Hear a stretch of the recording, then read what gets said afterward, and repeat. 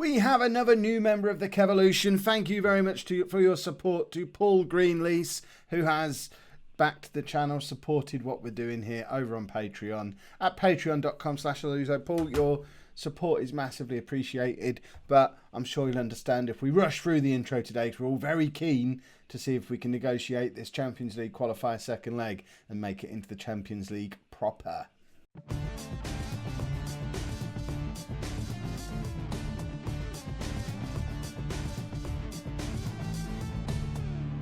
Hello and welcome to Season 19, Episode 2 of Non-League to Legend. I'm Kev, and coming up on today's episode, we're away against Fulham in the Premier League and then away to Sporting in the second leg of the Champions League qualifying round game. We're 3-0 up from the first leg on there as well, so fingers crossed we should be able to navigate that match. But before we get into that, we've got the minor inconvenience of a Premier League game. We got a draw in our first game of the season at home to Man City, and would be rather hopeful of picking up our first win of the season, albeit away from home against Fulham. We're rotating the squad ever so slightly, a tiny amount of rotation. We're still very early in the season, but Igor Anicic is going to come in and make his first start of the season. Hansel is coming into the team as well, so our starting 11 is Igor in goal with a back four of Hansel, Plotnikov, Eriksson and Ndai. Anicic, Wagner and Ziyech are in midfield. Kalaskan, fresh off his 2 goals against Sporting, is going to be in the side as an attacking midfielder again behind Vendrig and Sedlacek. Claudio Ijo is fit enough to be on the bench, not quite ready to start, but it should be very handy to have him available for the game against Sporting in just a few days' time. Pep Guardiola is Man United manager. When on earth did that happen? I know Jose Mourinho got sacked towards the end of last season. Apparently Guardiola took over after 15 years at Man City and failing at Stoke, and is about to get sacked as well. Where are Man United? I mean, it's one game into the season. It's one game into the season, and they're joint top of the league. It's very, very early in the season to be talking about sacking him. I don't understand. And I also don't understand when he became manager. It must have happened towards the end of last year. He must have been manager when we pipped them to the post with our incredible performance to qualify for the Champions League without any help from Brentford. I mean, to be fair, that Brentford result alone should have been enough to get him fired. When Mourinho was sacked, they were in the Champions League spots. Guardiola, all he did was take them out of the Champions League spots. We're 1-0 down against Fulham. This is a problem. I don't want it to be one of those seasons where we're so focused on the Champions League that we end up with a mid-table league finish. And I know that's sometimes how it happens. We've gone from no European football at all to the big one. We've not had a season in the Europa League or a season or two to prepare ourselves for that transition into European football. And I don't really know how to do squad rotation yet on FM17. I've not really had to do it so far. I'm already talking as if we've got through to the group stage of the Champions League, which we might not yet. We've all seen me throw away 3-0 leads before, so it's quite possible we'll still get knocked out. But I am worried that I've done a tiny amount of rotation and we're already losing against a poor team. They're going to score again here. I mean, that's a massive, massive miss. Hopefully that will be the spark we need to get us back into the game. But in fact, they come in and hit the post. So Fulham have they've already scored 1 and just had 2 very good chances to make it 2. We need to get our act together. Anicic finds Ziyech out to Hansel, to Vendrig, to Kalaskan, who forces a corner with I don't even know if that went down as a shot, but Ziyech to take the corner. And Kalaskan was in again, but it's collected by the Fulham goalkeeper. Come on, we can't have just 1 point from our first 2 games. That's a pathetic return. Ziyech in a shooting position, but elects to pass it to Sedlacek. I think that's the first time this season we've seen him have a shot. We're a bit worried he's going to be a one-season wonder.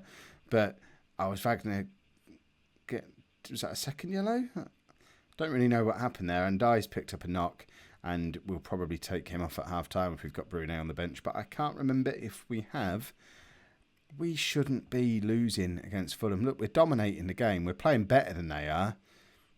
We just haven't been able to find that elusive goal. We've had our clear-cut chance, but haven't been able to put it away. And I did think in the summer when I spent so much money on Kalaskan, should I be buying a proper striker as well? Because I was a little bit worried about what would happen if Sedlacek didn't have another remarkable season to get us out of trouble like he did last year.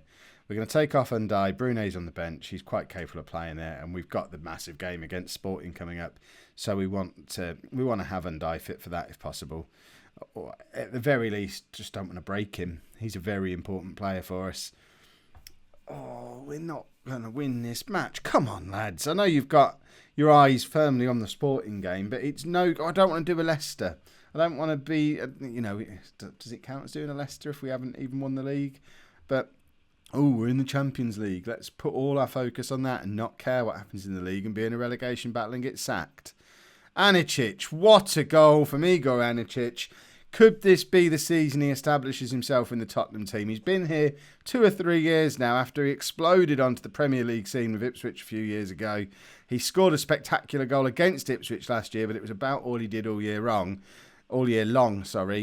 But there you go. First start of the season, just the 2 games in this time, so much earlier with an opportunity, and he's taken that opportunity with a cracking goal. We're going to give Claudio Ijo a little bit of a run out for the last 20 minutes of this game as well. Try and get a little bit of match fitness into him. Hopefully he doesn't aggravate the injury by coming on, because I'd rather he was fit for Sporting than gave us 20 minutes against Fulham. But he is a recent World Cup winner. He should be on top of the world, and he might just dance out there and grab us a winner. And a winner would be very helpful, because we don't want to already be 4 points away from Man United this early in the season. That would be a problem. Wagner is coming off. We're going to bring on Sedman and try and win the match in these last 10 minutes. Come on, lads. There must be some way to grow. Look at how much we've dominated Fulham and just not been able to generate that extra chance to grab us a winner. And they're coming at us, in fact, and we've been saved by the final whistle. We've had 2 draws to start our Premier League season off. That's a bit of a problem, but we did play very, very well in that game, so hopefully it's not too much of a problem. And I might well miss the Sporting game anyway. Let's go and do that now.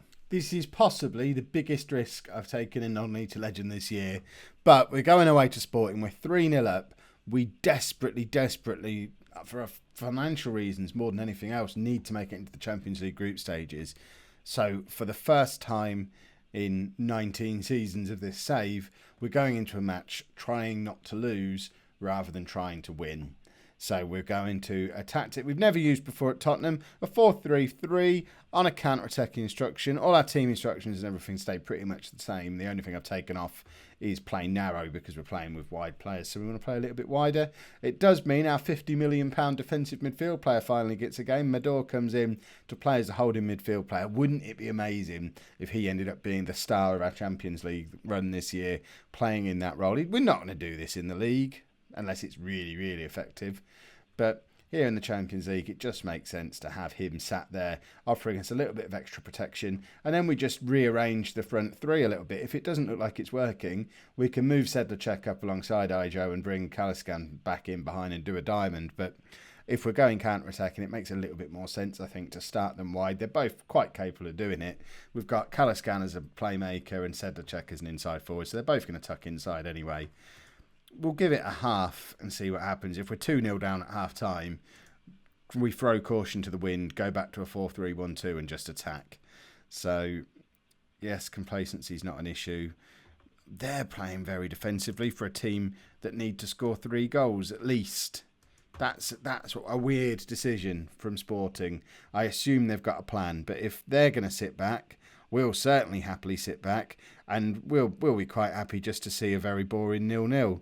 There you go, that's their first shot of the tie after 30 seconds. Obviously, we weren't going to dominate them and restrict them to 0 shots again when we're playing counter-attacking. I just hope we're not going to play too deep and cause ourselves all manner of problems. Kaliskan is running 3 though, and beats his man, finds Ziyech. That's what £72 million buys you, because that was a piece of absolute brilliance from Oscar Kaliskan. Watch this in 3 dimensions. He beats his man here, and then he goes back and beats him again, and then just finds one of the men queuing up in the area, our world-class central midfielder, who tucks it away. We've got an incredibly valuable away goal. It's now 4-0 up in the tie, 1-0 on the night, but with the away goal, we're surely up there. We can't mess this up from here, surely. Can we? We can't. I even think we'd struggle to mess this up from here. Right, Ziyech out to Nyhouse, to Sedman, to Ziyech again. Ijo, what's he going to do? Just knocks it out to Brune. Ziyech is in the middle, and Ziyech has his second of the game. It's an absolute screamer into the top corner. And he's probably one of the best players in the world who didn't go to the World Cup in the summer. Poland didn't qualify, and he's decided if he can't perform at the World Cup, where some of his World Cup winning teammates were hanging out this summer, he's going to get himself into the Champions League group stages instead and show off his worldwide talents there. And we've got a penalty. Ziyech surely is taking it. He is for the hat-trick.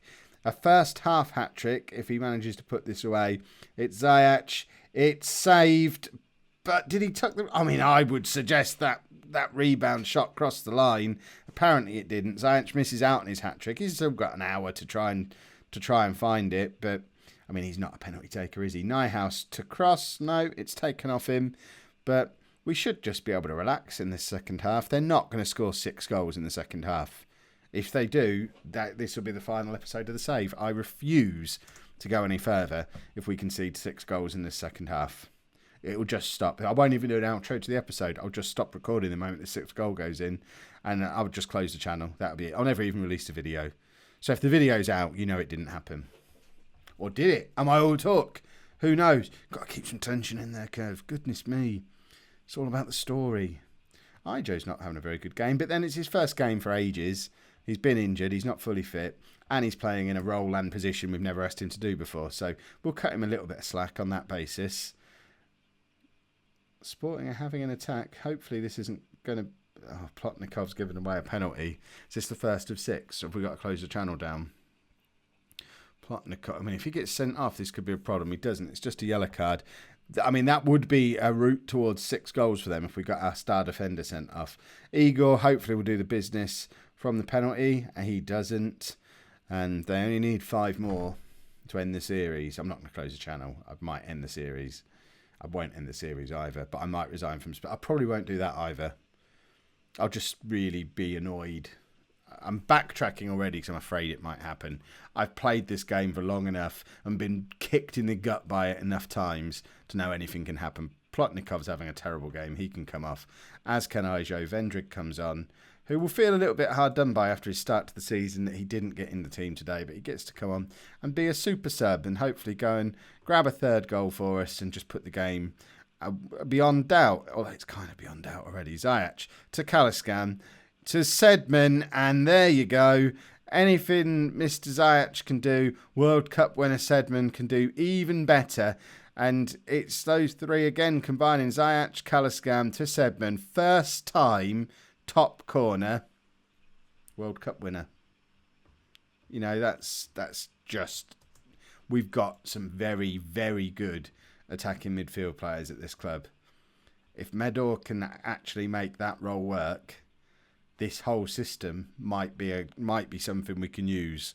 We just haven't got any other wide players really, as seen here by the fact we've got no one to come on for Sedlacek. So I think what I'm going to do is bring on Wagner. Should I bring on Wagner? Let's bring on Wagner. Can Kaliskan go out there? No. I mean, let's just do this. Can he go there? We've done weird looking formations like this before. No, we'll just do that. We've got 10 minutes to survive. Wagner can just tuck inside a little bit and we'll keep Kaliskan out there on the left-hand side, and hopefully Sporting won't notice that Wagner's basically playing as a second striker tucked in behind Vendrick. And there you go. 3-1 on the night, 6-1 on aggregate. We're in the Champions League group stages. I think there's only one qualifying round, isn't there? So, yeah, we've won the best placed playoff and £10 million for getting in the group stages. Goodness me, did we need that. Champions League group stages. If you've enjoyed today's episode, please make sure you pop a like on there for me. Subscribe to the channel if you'd like to see more. And thank you very much for watching.